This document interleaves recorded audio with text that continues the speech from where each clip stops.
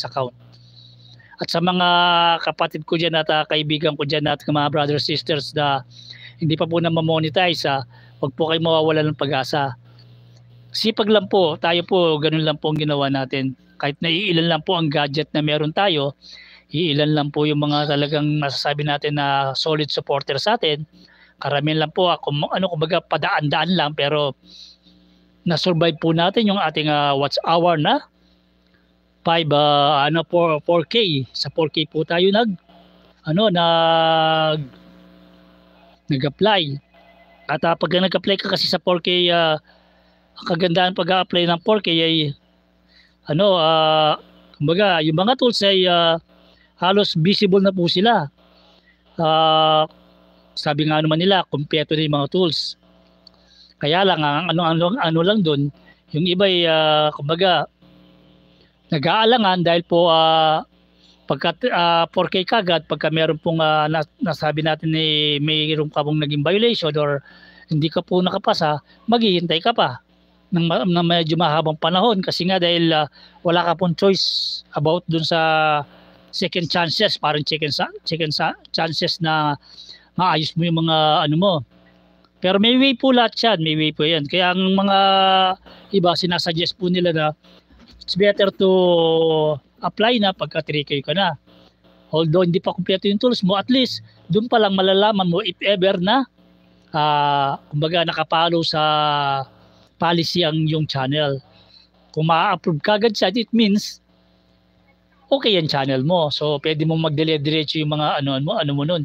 Dagdagan po ang sipag para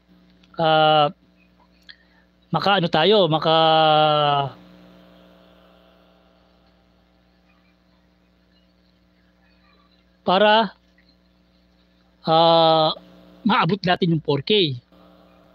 Harang again, salamat kay Ethan Craftsman, yan, kapatid na channel rin po natin yan. Kaya kahit na yan po ay mga kapatid na channel natin, sila po yung talagang avid pa na talaga sumusuporta po sa ating channel at nakakatuwa po na nakakakita na po tayo ng harang na sinasabi nila at tinignan ko po yung ating dashboard. Nakikita po natin sa revenue ay gumagalaw na po. Although 0.0 something, ganun po sila. 0.0 something, ganun ang ang counting nila. Kumbaga talaga napakaliit lang ng porsyentong naiuusad. Pero ang kagandahan daw po doon ay nakikita na natin ang umuusad.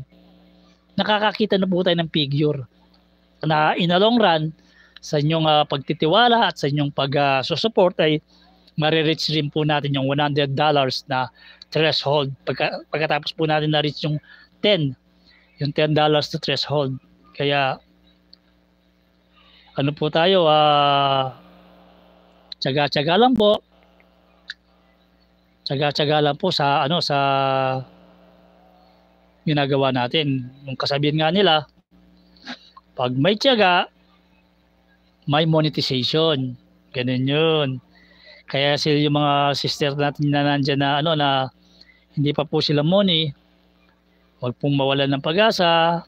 Kung kaya po ni Ethan Craftsman, lalong kaya nyo rin po. Ganun po yun. Kaya huwag mawalan ng pag-asa. Kumbaga, fight. Ganun ang ganun po ang laban sa dito, tsagaan lang po. Tsaka at the same time, please support, don't forget to like and share ang ating live streaming. At the more na nagko-comment po kayo dyan, nagtatype po kayo ng comment nyo dyan, the more na kumbaga nakaka-gain po ng ng engagement po ang ating live. It means nakikita na active yung ating channel ay talagang kumbaga continuous na gumagawa po ng serbisyo sa kapwa YouTuber, yung para may mapanood. At the same time ay enjoy nyo rin po ang ang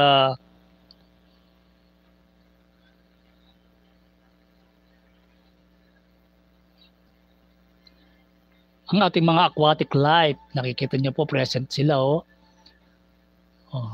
ngayon kasi ang setup po ganyan ang setup natin, halos din natin nakikita yung parting taas kung saan yung feeding nila.